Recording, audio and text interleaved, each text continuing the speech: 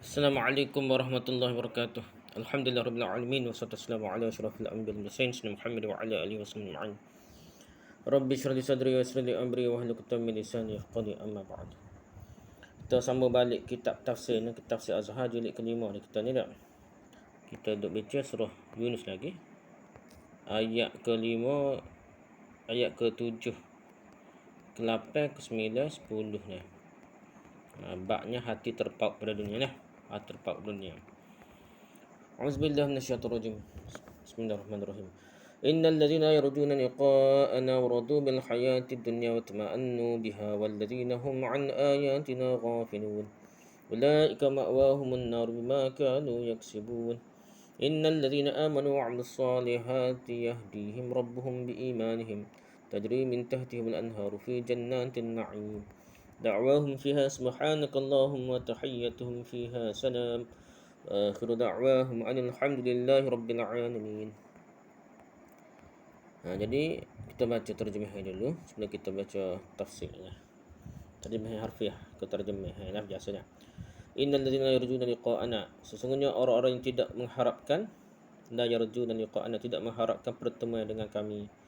Waradu bil hayatid dunya, dan mereka telah merasa senang dengan kehidupan dunia. Mereka merasa senang dalam kehidupan dunia.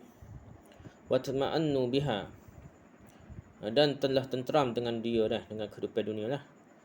Walladzina hum an ayatina ghafilun, dan orang yang lalai dari ayat kami ni. Ghafilun, orang yang lalai daripada ayat kami, ayatina tu ayat kami. Ulaika ma'wahumun nar, mereka itu tempat kembali, ma'wahumun nar, tempat kembali mereka adalah neraka. Bima kanu yaksibun, lantaran apa yang mereka usahakan.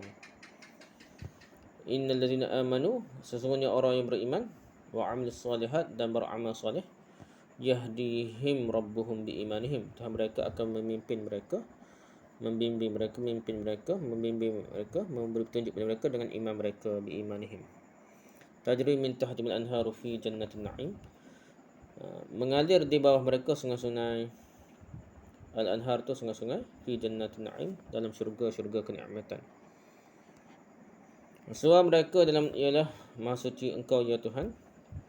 Da'wahum fiha, surah mereka, dakwah ni surah mereka, da'wahum fiha, dalam syurga tu, subhanakallahumma, Maha Suci Engkau ya Tuhan. Wa tahiyyatuhum, dan ucapan hormat mereka, wa tahiyyatuhum fiha salam, di dalamnya ialah salam. Dia ucapan selamat di syurga tu, dia ucap salam semacam lah dah. Dan akhir doa mereka, wa akhiru da'wahum alhamdulillah rabbil alamin, bahawa sekalian puji-pujian bagi Allah, Tuhan sekalian alam lah, Tuhan sarwa sekalian alam. Jadi doa ni alhamdulillah rabbil alamin, doa ni akhir doa mereka dah. Kita nak baca ni bab ni lah, ayat Quran tadi. Berapa ayat ni?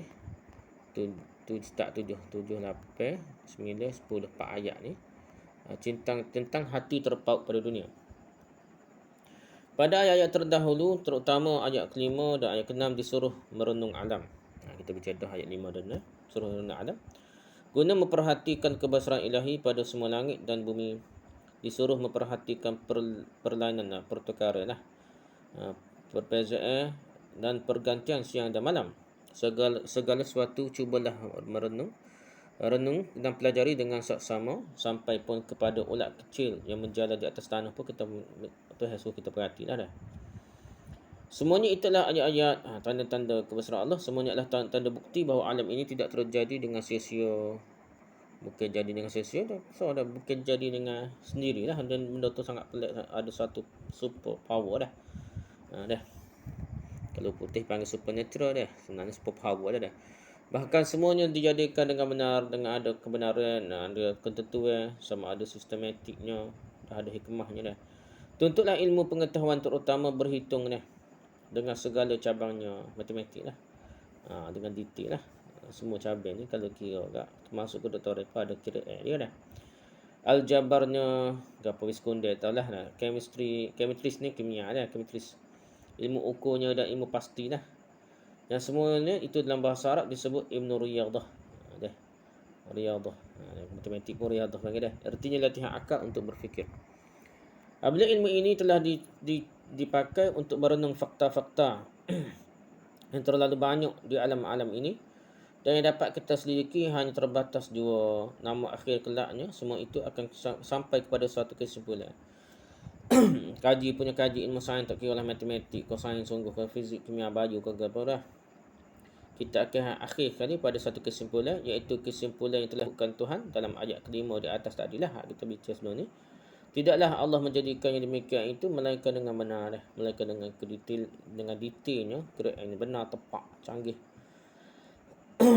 Dan juga dengan hikmah yang besar. Bagaimana kita akan dapat mendekati kebenaran itu kalau alat guna mencapainya tidak terlatih? Kalau kita tak detail, tidak kaji dengan dalil, macam mana kita nak dapat kebenaran tersebut? Merasai kehebatan Allah, kebesaran Allah dengan makhluk ciptaannya. Maka terkenallah beberapa ahli fikir yang sampai kepada kesimpulan kebenaran sejati itu, atau al-haqqu, itu kebenaran itu, setelah dicarinya dengan jalan riyadah, jalan latih akal lah, matematik ke apa dah. Al-Kindi, falsafah Arab, menyatakan pendapatnya bahawa ilmu pasti, yang riyadah adalah ilmu alat yang mengenal hakikat. Dan hakikat sejati menurut dia adalah mengakui adanya Tuhan. Itu cara Islamnya. Falsafah dia akan pergi pada hebat punya alam, sistematik punya alam ni, sistem kedokteran, sistem perubatan, sistem apa ni, yang akan sampai kepada penghujungnya mengakui adanya Tuhan. Yang sangat terkenal zaman kita ialah Einstein, yang akhirnya sampai pada satu kesimpulan dalam darjah ilmu yakin bahawa Allah pasti ada. Einstein orang Yahudi dah, dia percaya dah Allah ada dah. Setelah dihitungnya dengan teori relativitasnya yang terkenal lah, EMC kuasa 2 tu lah. Kehilangan jisim menghasilkan tenaga berdasarkan konsep kelajuan cahaya dia, C kuasa 2 dia. Kira matematik, dia ni pakar matematik, tak pakai sains, dia kira matematik. Cuma matematik tahap tinggi dah, bukan matematik tahap biasa, matematik tahap tinggi. Zaman dulu yo satu bidang tu kita dah pecah-pecah. Lah ni pecah-pecah lah. Termasuk dalam bidang agama pun dah pecah habis dah dulu. You tidak nampak takhasus dah. You satu bidang matematik tu termasuknya sains detail ke apa lah.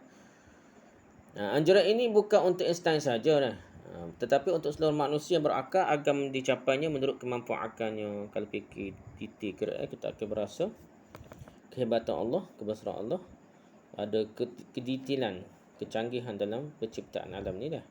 Tidak semudah-mudah dengan teori evolusi lah, sebagaimana Karl Marx tu teori evolusi dah, manusia daripada buruk, tidak semudah itulah dah. Ada kira detail DNA dengan detailnya, dengan apa, kromosom ni, bilangan kromosom ni, kromosom ni lebih sikit kurang sikit akan jadi cacat manusia dah. Ada sindrom Down, tiba-tiba berbeza dah, beruk dengan 4 penai kromosom manusia dengan 48 kromosom, benda tu berbeza jauh dah, nak tambah pula dah.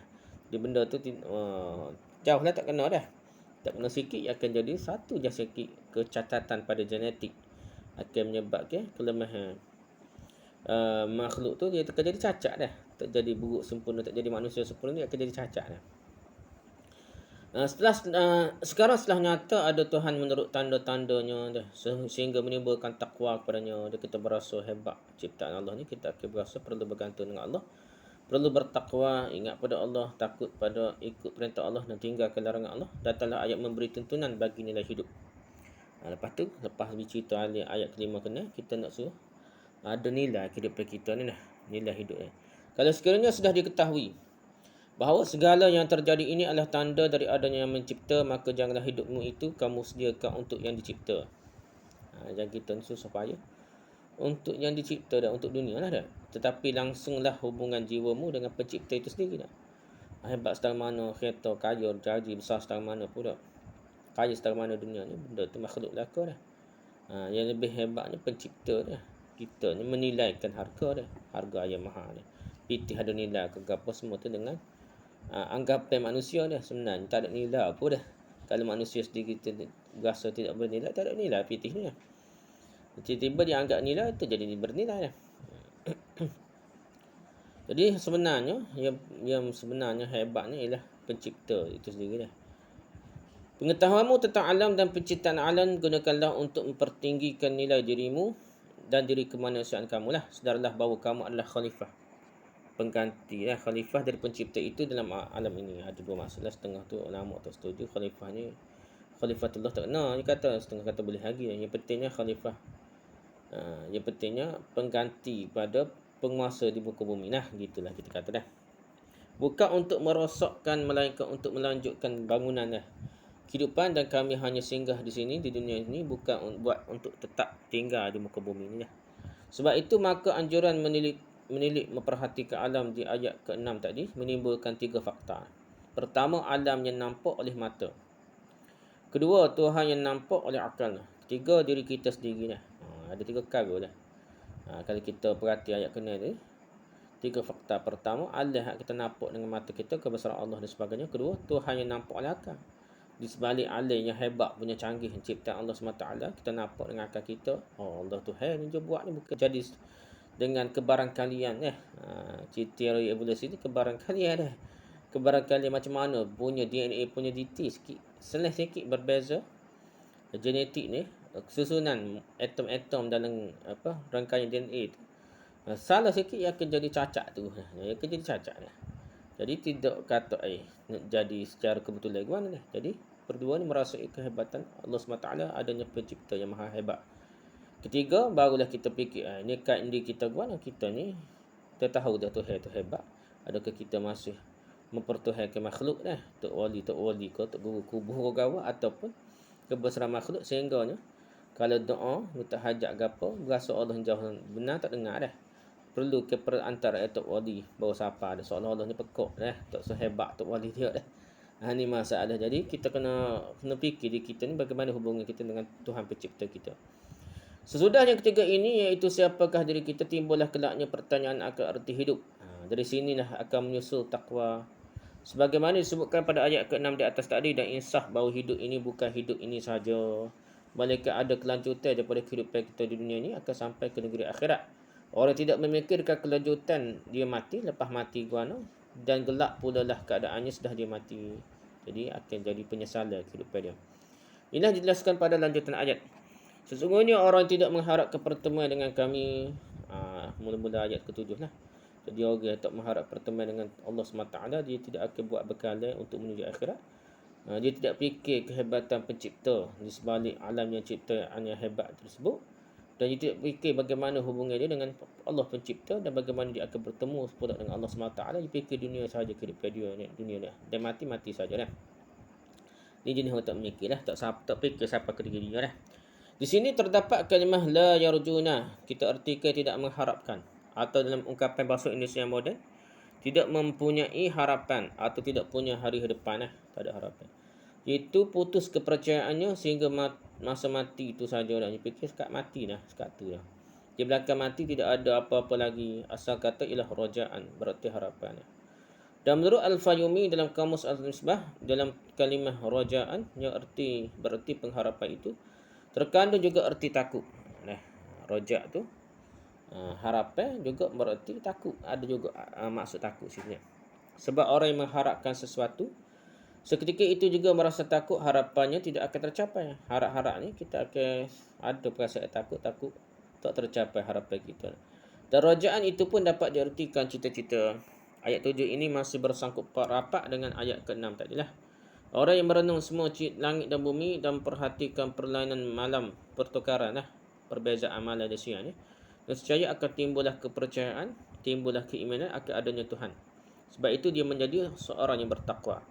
Ketakwaan telah timbul, akan percayalah dia bahawa hidupnya bukanlah sehingga ini saja, tapi dia akan mati, dan sudah mati mempunyai harapan akan bertemu dengan Tuhan pula. Orang yang telah sampai kepada makam iman itu menjadi tidak takut lagi akan mati. Mereka bersedia menerimanya dengan redha. Kalau siapa ajak redha lah, nak gana dah. Dan pekerjaan apa sahaja pun yang dia kerjakan dunia ini tidak lain daripada persediaan atau bekal untuk hidup yang kelak itu. Jadi kerja di atas muka bumi ni, apa-apa pun matlamatnya untuk akhirat. Walaupun nikmat dunia tapi matlamat utamanya untuk akhirat. Beli kereta, sekadar kereta lah untuk bawa kerja, untuk bawa keluarga, dan untuk cari redha Allah, jaga keluarga, dan untuk pergi masjid jadi benda-benda gitu kita untuk matlamatnya ibadah, sama ada ibadah khusus atau ibadah umum lah. sebagai bekal pahala esok untuk dihantar ke negeri akhirat. Dia pun merasa gembira menjalani hidup dunia ini sebab dalam hidup yang pendek ini dia dapat menyiapkan bekal persediaan yang akan dihadapkannya ke hadapan Tuhan kelak. Jadi penting sekali bekal simpannya mungkin hari tua, simpannya hari akhirat Sebab itu dia selalu optimis atau tafaul. Optimis ni sangka baik dan sangka untuk ataupun gembira menghadapi hari depan tafaul ni. Apa kata? Kalau penahas ataupun kata sia-sia tu anggap masa depan buruk tafaul ni kita anggap masa depan tu baik dah. Optimis, ada harapan dah. Tak apa. Orang kata tak usah buat amal lah, lepas mu tak ikhlas, lepas mu tak usah pergi masjid lah, bukan muat dosa habis lah amal demu dah.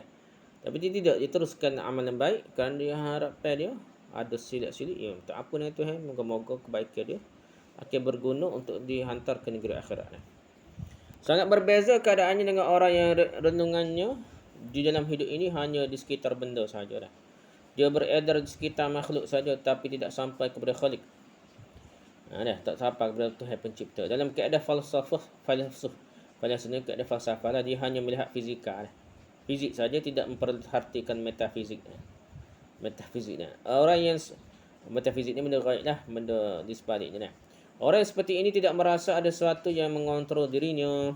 Sebab itu dia tidak berkeberatan mengerjakan pekerjaan yang merugikan orang lain atau merugikan dirinya sendiri pun tak kisahlah. Buat dosa ni rugi esok tapi tak fikir mana Nilainya tentang baik dan buruk hanya bergantung kepada kepentingan dirinya saja. Lil ghayah tubirul masilah. Untuk mencapai matlamat boleh guna cara macam-macam, wasilah macam-macam menghalalkan wasilah, kaedah, teknik, cara pelbagai Artinya untuk mencapai satu tujuan segala jalan boleh tempuh tubarul masilah, segala jalan boleh tempuh. Sebab itu maka sifat hidup orang yang demikian dijelaskan lagi oleh lanjutan ayat. Dan mereka telah merasa senang dengan kehidupan dunia dan telah tenteram dengan dia hidup hanya di dunia ini sajalah. Akhirat tidak ada lagi bagi mereka Pertemuan dengan Tuhan tidak ada, syurga neraka tidak ada. Kalau mau masuk syurga, carilah syurga dunia ini saja. Ni pendapat pokok ya. Hidup dia fikir dunia saja Sebagaimana ungkapan penyair Indonesia Khairul Anwar, janganlah dicari lagi syurga yang dijanjikan oleh Muhammadiyah dan Masyumi. Tenteramkan sajalah hati dengan yang telah nyata ini. Tahulah betul ke maksud dia, jangan dicari syurga yang Muhammadiyah ke Masyumi ni jual Islam ni Masyumi ni berjual parti Islam dulu Muhammadiyah ni gerakan sebenarnya bukan gerakan politik, gerakan pendidikan dan dakwah ni jadi ada yang terlibat Masyumi politik kalau kira tapi sebenarnya Muhammadiyah ni gerakan yang betul sendiri ada macam-macam ijtihad dan yang pentingnya mereka ni perjuangan untuk menegakkan agama Allah, tapi pasal fikir nak cari syurga esok dia kata jangan cari syurga yang janji ke Muhammad Syuah, tenteramkan saja hati dengan yang telah nyata ni pada syurga dunia pada sekarang ni tak fikir tu bagi tak nampak tak tahu bila tu kata-kata orang yang tidak beriman Dan orang yang lalai dari ayat kami hujung ayat ke-7 ni.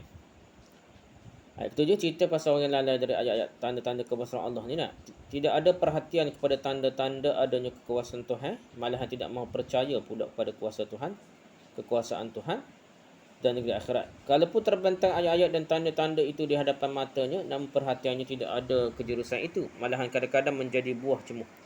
Pak nganyi pula Bagaimana akhir atau akibat dari orang yang seperti itu ini? Lanjutan ayat menegaskan mereka itu tempat kembali mereka adalah neraka lantaran apa yang telah mereka usahakan. Ayat 8. Kita fikir akhirat ni, fikir hidup dunia saja, masalahnya dia bangkit juga esok akan bangkit daripada mahsyar, akan menemui syurga ke neraka jadi tak percaya juga masuk neraka Ayat ini mengandungi mantik yang wajar ni keadaan mantik Orang yang tidak mempunyai harapan pada hari depan, tidak percaya bahawa segala perbuatan dikala hidup di dunia ini akan dipertanggungjawabkan di hadapan Allah kelak, merasa bahawa tidak ada sama sekali tempat dia bertanggungjawab. Sebab itu mereka tidak berkeberatan berbuat dosa, baik untuk kecelakaan dirinya sendiri Buat dosa ni bukan untuk bahagia, kada selaka Narok sedap sementara, kau mabuk mata bukan sedap pun benar Atau kecelakaan masyarakat pula penuh jana buat maksiat Dia akan mencuri harta orang lain dengan sembunyi-sembunyi kalau dia lemah, dan dia akan menganiayai dan buat zalim, bersikap sewenang-wenangnya kepada orang lain kalau dia buat. Untuk mencapai syahwat faraj, mereka tidak mengenal apa yang dinamai zina. Untuk mencapai syahwat perut, mereka tidak mengenal apa yang dinamai tipu ataupun merompak, rampuk. Jadi tangan orang lain pun akan dirampasnya juga asalkan perutnya berisi. Oleh sebab itu, maka naik turunnya grafik kejahatan seorang atau naik turunnya kezaliman dalam suatu masyarakat besar adalah menurut ukuran turun naik kepercayaan kepada pertemuan di hari akhirat nanti dengan Allah itu juga. Kalau dia tak percaya nak jumpa Tuhan, mulut kata macam percaya tapi sebenarnya tak percaya dah. Yalah, ni orang yang percaya ni kita tengok kesal dia dah. Dia tak faham, tak potong kelas dah. Tak apa? Tak potong ngajar kalau cikgu dah. Dia cuba sedaya upaya masuk kelas awal dah. Pasal dah. Dia cuba tugas-tugas saya tu buat sebaik mungkin. Kalau kerja ni siapa-siapa dah. Dia takut makan harta tak balik. Dia takut rasuah. Dia tak usah guna kroni-kroni, takut termakan harta batil dah kepada anak cucu dia dah. Guna kroni semua, naik pakak anak dia, jatuh orang lain dah. Sedangkan ada orang lebih layak, takut benda tu ditanya oleh Allah SWT seksa dah. Bila telah diingatkan ujung yang wajar daripada hidup yang tidak mempunyai kepercayaan. Dah. Jadi hidup yang tak ada percayaan ni dah. Bahawa tempat kembalinya ialah neraka wajarlah. Sekarang timbullah keinginan kita mengetahui apa pula yang akan dirasai oleh manusia jika imannya itu dipupuknya. Orang hak tak percaya, padahlah masuk neraka itu kata dah. Bagaimana pula orang yang imannya itu dipupuk? Jadi iringinya dengan amal perbuatan yang baik, maka berkatalah lanjutan ayat dah. Lepas tu timbul. Sesungguhnya orang yang beriman dan beramal soleh, Tuhan mereka akan memimpin mereka dengan iman mereka itu. Pakai ayat ke-9. Inilah jaminan taraf pertama dari Tuhan dalam hidup di dunia ini. Hidup kita tidaklah akan membeku dalam taraf pertama saja kalau kita telah menyatakan iman. Semua orang dapat membuka mulut dan bersorak-sorak mengatakan beriman. Semua boleh mengaku beriman, mendakwakan diri percaya pada Allah. Sebab mulut itu mudah berkata-kata. Orang Islam yang fanatik di kampung-kampung sebelum jiwa mereka diracuni dengan faham materialis. Mulut ikhlas laku dah. Dia nampak pitih dia, pangkat ke apa dah. Jawatan dah. Menteri ke apa. Amat marah kalau mereka dikatakan kafir dah. Dah. Walaupun mereka tidak mengerjakan semaya. Ni berat lagi lah. Tak semaya bear pun dah. Kalau kata kafir marah dah. Dan sebagian besar apa yang mereka katakan itu adalah benar dah. Memang mereka telah percaya kepada Allah. Tapi dalam ayat ini ditegaskan lagi bahawa sehingga pengakuan percaya saja belumlah cukup. Kata percaya yakin beriman dah. Tiba-tiba tak semaya percaya ke apa kita. Orang percayalah ni takut tak semaya dah.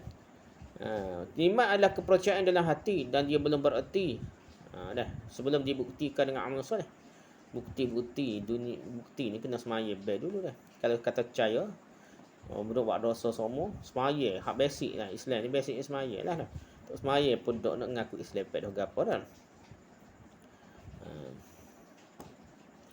Artinya iman itu dipraktikkan dengan perbuatan atau mengambil inisiatif untuk melancarkan perjalanan hidup dengan iman. Maka apabila Tuhan telah melihat kegiatan hamba-Nya itu dengan iman dan amal solehnya, dia sendiri akan memimpin. Ini nampak kita ni sungguh nak cari redha Allah, nak cari hidayah petunjuk, maka Allah akan pimpin, akan memberi petunjuk dengan iman yang ada padanya itu, sehingga dia selamat menempuh as-siratal mustaqim atau sabilillah itu. Tapi ada salah sikit itu dimaafkanlah. Yang penting dia ni bahasa kandok ternampak, maka Allah pimpin dia mudah ni. Minat nak belajar agama, mudah belajar bahasa Arab, capek-capek akan nampak dah. Kalau orang penting dia akan jadi payah nak pergi masjid, payah nak belajar, payah dah. Maka orang beriman dan beramal soleh tidaklah pernah lepas dari bimbingan Tuhan, dari tauhid dan hidayahnya. Betapapun besarnya kesukaran yang tempuhnya, namun di dalam kesukaran itu akan bertemu kemudahan. Dia tidak pernah kehilangan cahaya. Sebab cahaya ada dalam hatinya sendiri. Dia tidak pernah merasa sepi. Sebab Tuhan lebih dekat kepadanya daripada urat lehernya sendiri. Ada perbincangan lah. Nahnu aqrabu ilaika dah. Min hablil warid daripada urat lehernya sendiri tu dekat tu masalah. Ada kata malaikat, ada kata tu ilmu Allah SWT dah. Allah jaga sungguh dah. Ada macam-macam lah, ada kata Allah di mana-mana tak bertempat dengan hujah ayat ini. Tu kita bicara kali lah. Dia selalu bertutur bercengkrama dengan Tuhan. Dia duduk cara duduk kecek kira dengan Tuhan dah. Suka bertutur dengan Tuhan dah. Kecek kira dengan Tuhan. Percubaan Tuhan kepadanya dirasainya sebagai satu tanda kasih. Dia tidak kata marah Tuhan. Dia cuba gini anak sakit lah, rumah tak apa, gaji murah lah, macam-macam dah. Datang satu percubaan ditangkisnya dengan sabar, sebab dari berkali-kali pengalaman dia telah tahu bahawa suatu percubaan Tuhan yang ditangkis dengan sabar akan berakhir dengan suatu kemenangan jiwa dan martabat iman yang lebih tinggi. Saat itu dia pun syukur. Ujian setahun mana pun dia sabar, kerana Allah sebabnya semuanya akan bertemu Allah SWT esok. Kehidupan dunia semata saja, kali sabar Allah bagi pahala yang besar dah. Allah akan gantilah. Dan dia ingatlah, kadang-kadang dia tak perlu sedih sangat dah. Kerana kadang-kadang sedih pun tak padan dengan dosa yang buat dah. Nak sedih aku pun buat dosa juga dah. Pada Tuhan nak hapus dosa aku ni pun banyak mana dah, tak padan dah. Amat ibadah kita ni kadang tak padan nak tapu dosa kita buat dosa sama dah. Dan sebab itu maka segala senang dan sakit, mujur dan malang, senyum dan tangis dalam kehidupan ini kerana iman yang ada dalam dadanya, jiwanya telah tergembleng, buat menjadi Rabbani yang telah diertikan orang keluarga Tuhan. Tak kira dah dia ni anak beranak Tuhan. Kita kata kat istilah mudah yang punya pentingnya keluarga Tuhan ni. Maksudnya dalam bimbingan Tuhan, bawah jagaan Tuhan lah. Dia tak berasa Tuhan ada sama lah, tidak menyalahkan Tuhan dah. Dia tahu Tuhan tak tengok sama. Kalau ada silap banyak tu, berlaku kekurangan gapo tu, mesti Allah jaga dia. Ataupun selagi mungkin kerana Allah nak uji dia, kerana dosa dia, kerana nak tambah darjat dia, macam-macam lah, dia akan terus sabar lah. Atau orang kemanjaan Tuhan. Dah, kadang-kadang Allah nak uji ni, orang kemanjaan macam kita cuba anak kita lah. Suruh jalan titah masa baby dah. Dah, kalau kita ada anak kecil, kita suruh dia jalan tu, kita suka dah. Dia boleh jalan dah, uji bagi dia dah. Begitu juga kita dalam kehidupan kita, nak Allah uji macam-macam dah. Sebab tidak pernah dilepaskan Tuhan dari bimbingannya. Allah ni kalau diuji pun, dia tak akan lepas gitu dah. Kalau dia sayang kita, dia akan bimbing kita dah. Atau dia sendiri tidak mahu melepaskan dirinya daripada bergantung pada cerpu telapak kaki Tuhan. Ini istilahnya bukan nampak kaki sungguh dah. Segala perdayaan telah dicubakan oleh Iblis untuk memisahkannya dari Tuhan. Dia tidak mahu dah. Iblis supaya kita tak berkata Tuhan, supaya benci marah Tuhan dah. Macam orang etis ni. Peliknya tak percaya Tuhan tapi tak marah ke Tuhan dah. Dan seolah percaya Tuhan kau tengok ke cara dia dah. Gapo-gapo marah ke Tuhan, pelik pun. Kata tak percaya Tuhan, buat apa dia marah ke Tuhan tu nak. Dia kata tak adil lah, buat apa tak adil Tuhan buat gini-gini. Pelik juga kita nak. Bertambah ditarik tangannya supaya terlepas, bertambah dipegangnya dengan erat. Semakin Iblis nak suruh lepas kita supaya kita ni marah ke Tuhan dah. Tension lah Tuhan buat apa lah, Allah jadikan kita setahun ni dah. Apa salah kita dah, macam-macam dah. Walaupun dia akan mati dalam memegang itu, dah tak kira juga mana pun uji Allah setara mana pun, dia tetap bergantung dengan Allah SWT. Merasai bahawa kehidupan sebenar, kehidupan akhirat, merasai dia perlukan Tuhan, perlu bergantung Tuhan, tidak perlu tak boleh lagi dah. Salah silap setara mana dia buat, dia terus bertaubat, beristighfar. Dan dia rasa tak boleh, jahat setara mana dia pun, dia kena kembali pada Allah. Sebab ni dia akan kembali pada Allah dia esok akhirat dah. Tak ada tempat nak lagi kita dengan Allah SWT, dengan Tuhan kita ni nak. Maka datanglah kelanjutan ayat bahawa pimpinan Tuhan ini sesudah menyelamatkannya daripada perdayaan dunia tipu kita sampai ke akhirat. Lancarlah jalannya buat masuk ke dalam syurga. Maksud ayat dia, mengalir di bawah mereka sungai-sungai dalam syurga-syurga kenikmatan. Ujung ayat ke-9. Dari hal erti air mengalir di bawah syurga-syurga itu tidak perlu kita ulang lagi dalam ayat ini. Kerana kerap kali kita telah bertemu dengan ayat demikian dan kerap kali lagi akan bertemu pula. Yang perlu kita ketahui di sini ialah pentingnya perjuangan menegakkan iman. Iman ni bukan boleh hoyak aku ni iman kuat dah. Aku ni ustaz, aku ni juh dah pergi belasah masjid lama, tapi akan ada sentiasa ada ujian dah. Yang kita perlu menghadapinya, kita perlu bertabah dah. Perlu berjuang lah. Ujian sama ada ujian nikmat, ujian syahwat, ujian macam-macam lah. Ayat ini menjelaskan benar kepada kita bahawa kalau tunas iman telah mulai terasa tumbuh dalam diri kita, janganlah kita pasif saja nak terima, kejuh dah. Atau kita diamkan saja, lekas buktikannya, lekas pupuk dah. Kalau kita berasa tu berasa nak percaya, nak beriman, kita buktikan kena pergi masjid sama, belajar agama sama, dengar ceramah sama dah. Baca Quran sama. Sebab dengan demikian kita telah mendapat modal besar untuk menempuh hidup. Menempuh hidup untuk berkala esok dah. Kalau iman telah mulai terasa walaupun baru sedikit, pupuklah dia dengan amal dan ibadah. Cara kita nak pupuk iman dengan amal dan ibadah. Sebab amal dan ibadah itu akan menambahkan suburnya iman. Iman itu adalah cahaya. Cahaya iman itu mempunyai kilowatt sebagai lampu listrik juga. Dia akan naik dari 10 kilowatt, 15 kilowatt, 100 kilowatt. Dan seterusnya, apatah lagi bila Tuhan telah membuktikan bahawa kita memang telah berjaya memupuk iman itu tersebut.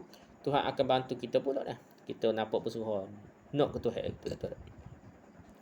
Nak ke Tuhan. Nak bawa bekal esok nak jumpa Tuhan. Jadi Allah akan bimbing kita. Capai khabar boleh belajar bahasa Arab. Capai boleh belajar Quran molek dah. Capai macam-macam lah capai kita tempat pekerjaan kita sebenarnya. Pekerjaan kita ni jauh lebih baik daripada cita-cita asal kita dah. Kita mula nak jadi bisnes bercaya ko ataupun kita nak jadi doktor dah. Tiba-tiba dah buat kita ni tak sapa doktor. Kita tengok jadi kita buat kerja yang kita lebih baik untuk agama kita lah. Tuhan akan membimbing, memimpin dan memberi petunjuk. Kalau saudara ingat betapa besarnya hati seorang petani yang sedang menyebarkan benih, lalu datang petugas pertanian memberi pupuk. Sehingga hasil padanya berlipat kali ganda dari tahun yang lalu. Bagaimanakah rasa hati saudara kalau seorang mukmin yang memupuk imannya, lalu Tuhan berjanji pula memberi bantuan. Kita ni kalau dunia ni, kalau kita pertanian gapo dah, tanah getah gapo ada di sedah ada gapo, ya akan bantu kita baju lah gapo dah. Kalau kita pertanian, kita nak buat gapo kata, tanah lada dah, modal 30,000 gapo dah. Dia akan ada bimbingnya, ada orang yang tolong dah. Sehingga kita boleh nanai lada gapo dah, ikut fertigasi lah gapo lah ni, sistem lah ni dah. Hak tengah jenis gatul lah, pengalir air dengan baik lah, sistem baju dengan baik lah. Jadi peringkat dunia ni pun kita harap tinggi jugalah orang buat pertanian gitu dah. Tapi kalau kita ni Allah nak janji nak tolong lebih hebat daripada orang pertanian nak tolong kita dah.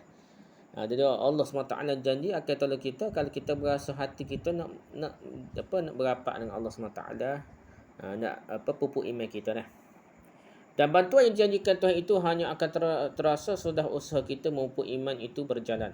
Kalau kita berasa bantuan Tuhan itu, kita pupuk iman itu berjalan, maka berasalah Allah ke berasalah. Kita berasa lain, kita berasa lah, kita berasa ada bantuan Tuhan. Dan oleh sebab itulah pula teralah bahawa jalan ke syurga itu telah dimulai dari sekarang juga. Jadi kita jangan fikir tangguh-tangguh lah. Sekarang lah jalan menuju ke Tuhan ni tak. Sekarang lah kita nak ambil kiparan kita dah. Silap tu, dosa tu terbuat, taubat pula, istighfar pula. Gembira dalam syurga kelak memetik hasil apa yang telah ditanam dalam dunia. Dan gembira sebab di dunia telah terasa bahawa Tuhan selalu ada di dekatnya. Dan di akhirat kelak akan bertemu langsung dengan wajah Allah SWT dah. Seruan mereka dalam ayat dalamnya ialah Maha suci Engkau subhanaka dah. Suci Engkau ya Tuhan, subhanakallahumma. Pakai 10 lah. Jadi seruan dari syurga tu subhanakallahumma dah. Inilah ucapan si mukmin itu apabila mereka telah sampai ke syurga kelak. Maha suci Engkau ya Tuhan, subhanakallahumma tadi lah. Ucapan ini hanya akan dapat dirasakan apabila kita kenangkan kembali betapa hebatnya perjuangan menegakkan iman itu payah. Bukan main mudah-mudah. Nak menegakkan iman ni ada macam-macam godaan dah. Perdayaannya banyak, perdayaan syaitan pun banyak, hawa nafsu pun kuat syahwat faras pun kuat, syahwat perut pun kuat. Dari kiri dan dari kanan perdayaan datang, percubaan menimpa, nyarislah kita terjatuh. Bahkan kadang-kadang jatuh kita ni tak, tapi bangun lagi dah. Pasang pernah naik dan pernah turun kita ni, sekali buat baik, sekali buat jahat, dosa, taubat pula, buat pula baik dan gitu ni. Tetapi kemudian tidak pernah lepas, tapi tak kita lepas aku buat dosa ni malah taubat ni tunggu lagi dah. Tak, kita tak lepas agama kita dah. Tak lepas masjid kita dah. Jahat-jahat kita pun nak pergi sama ke masjid dah, sebab kita ni rasa saya Tuhan dah. Buat dosa pun saya ikut Tuhan dah. Kita nak bercakap-cakap dengan Tuhan dah. Kadang-kadang sebelum mati timbul pertanyaan dalam hati, akan terima Tuhankah jugakah amalku yang tidak seberapa ini, nak mikir juga. Dan sikitnya amal dosa banyak lagi ni, Tuhan terima ke kita ni. Kadang-kadang timbul ragu, apa betulkah Tuhan itu ada, sampai tahap tu pada keraguan timbul dah, bisikan-bisikan syaitan iblis ni. Tetapi datanglah waktu sembahyang, dia sembahyang kembali dengan khusyuknya. Waktu sembahyang berasa nak ragu-ragu tak ada. Nak pergi sembahyang tak saya kita caya mudah dah. Semaya pula dah dengan khusyuknya Allah, hebatnya, cintanya Allah saya ke Tuhan dah. Akhirnya mati rupanya setelah selesai segala perhitungan, datanglah keputusan Tuhan. Kau masuk syurga juga dah. Dah ada gangguan syaitan iblis dalam hati jiwa dah. Tak kira dah. Kau masuk syurga juga, bagaimana tidak akan terloncat dari mulut mukmin itu. Maha suci engkau ya Tuhan, subhanakallahumma dah. Kita untuk amal setara mana dah, banyak dosa, banyak keyakinan, kadang-kadang berasa ragu, tipu daya syaitan iblis, syaitan dah nafsu syahwat ke apa. Tiba-tiba Allah masuk syurga dah, sentuhlah kita akan sebut subhanakallahumma dah. Sebab menilik kelemahan diri kita sendiri dan berhebatnya cubaan yang menimpa kerana menegakkan asma'-Mu, nama-nama Allah dah. Serasa-rasa tidak akan sampai aku ke tempat yang mulia ini. Sekarang segala puji bagi Engkau, sampai juga aku kemari ke dalam syurga dah. Dan ucapan hormat mereka dalamnya ialah salam, salam sejahtera, aman, damai, masa payah sudah lepas, sekarang sudah aman. Peceklik ni musim apa kata kemarau, marau sudah habis. Sekarang mengetam dia mengambil hasil pula. Benci, dengki, berebut pengaruh, sakit hati dan segala prasangka semua manusia tidak ada lagi dah. Tak ada cara dah, dunia dah deki dah dah. Orang ni naik pakak, orang ni tak naik pakak, orang ni naik gaji, orang ni sekat dah. Bukan kroni dah. Tak cara dah. Sebab semua mendapat menurut hasil usahanya masing-masing dah. Tu berkala esok ni atas amalan masing-masing, bukan atas gaji dia, atas pakak, atas dunia dah. Dah. Itulah tuah syurga. Yang di dunia ini tidak ada, di dunia ini untuk mendapat satu nikmat kerap kali ialah dengan menjerumus ke orang lain. Kadang-kadang kita nak naik pakak nak politik ke apa dah, jatuh orang lain dah. Kadang-kadang dari parti sendiri pun menjatuh yang tuduh orang ni liberal, tuduh orang macam-macam dah. Kita caketing orang, kita naik main politik dah. Begitu juga kadang-kadang tak nanti politik parti dah. Politik dalam partai pun ada juga dah dalam pak kerja kita dah. Nak naik pakak kita guna kroni, kita guna kabel dah. Lepas tu orang lain, orang hak nama kerja pun tak boleh naik pakak sebab ni litah kita, sebab kroni dah. Bodek puji-puji dah sekali naik pakak. Naik gaji. Ni pun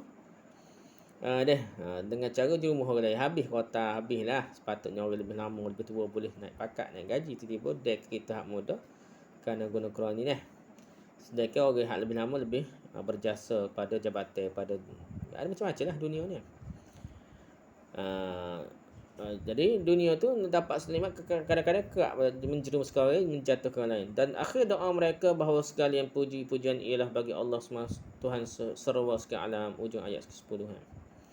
Akhir doa orang yang telah masuk syurga itu ialah puji-pujian seluruhnya untuk Tuhan. Sebab sudahlah terang bahawa selama hidup dunia yang telah lampak itu yang mendatangkan manfaat bagi mereka dan menjauhkan mudarat tidak lain hanyalah Tuhan.